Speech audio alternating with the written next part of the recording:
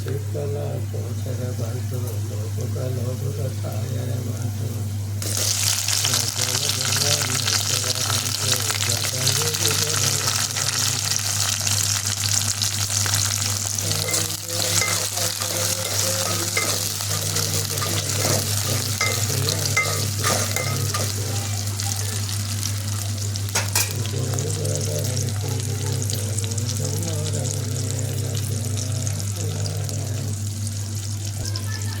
ఉలవచారు చేయక బాగా రోజులైతుంది.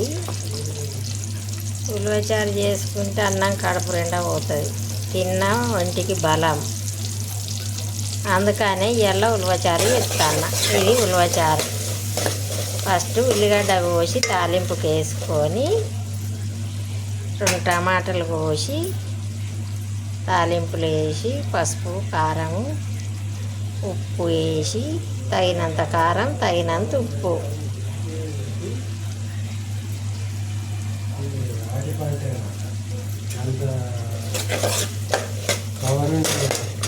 అదే మనం కారం అంటే మొన్న ఒక రోజు ఈ ఉమ్మల గురించి చెప్తాను డాక్టర్. వచ్చిన పంట కట్టినాక తింటే అది గంట బలం అంట. ఉలవలు తింటే మస్తు బలం. రసాల కంటే బలం. అవును.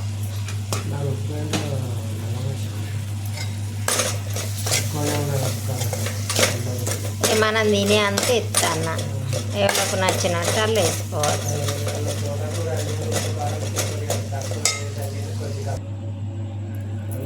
ఇది ఉలవ పప్పు.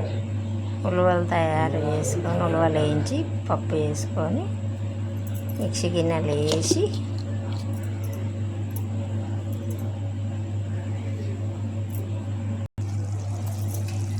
టమాటా పేస్ట్ టమాటా గుడ్డు అది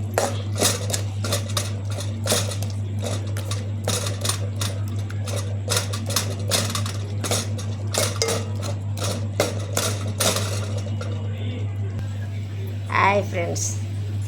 ఇప్పుడు ఉలవచారు టమాటా గుజ్జులో వాటర్ పోసిన ఉప్పు కారము పసుపు వేసిన వాటర్ పోసి మసాలా పెడతాను.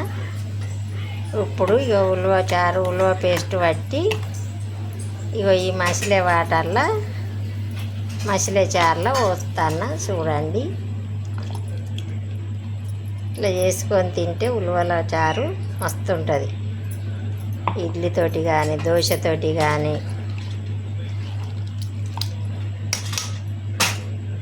ఒక కప్పు ఉల్లిపాయ ముక్కలు ఈ మసిలేటప్పుడు ఇందులో వేసుకోవాలి. అట్లా వేస్తే టేస్ట్ బాగుంటుంది. ఒకసారి మీరు కూడా ట్రై చేయండి. ట్రై చేసి చూడండి.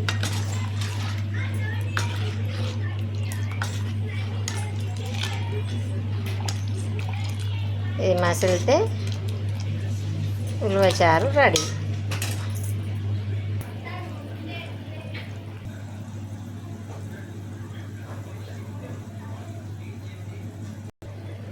హాయ్ ఫ్రెండ్స్, ఉలవచారు రెడీ.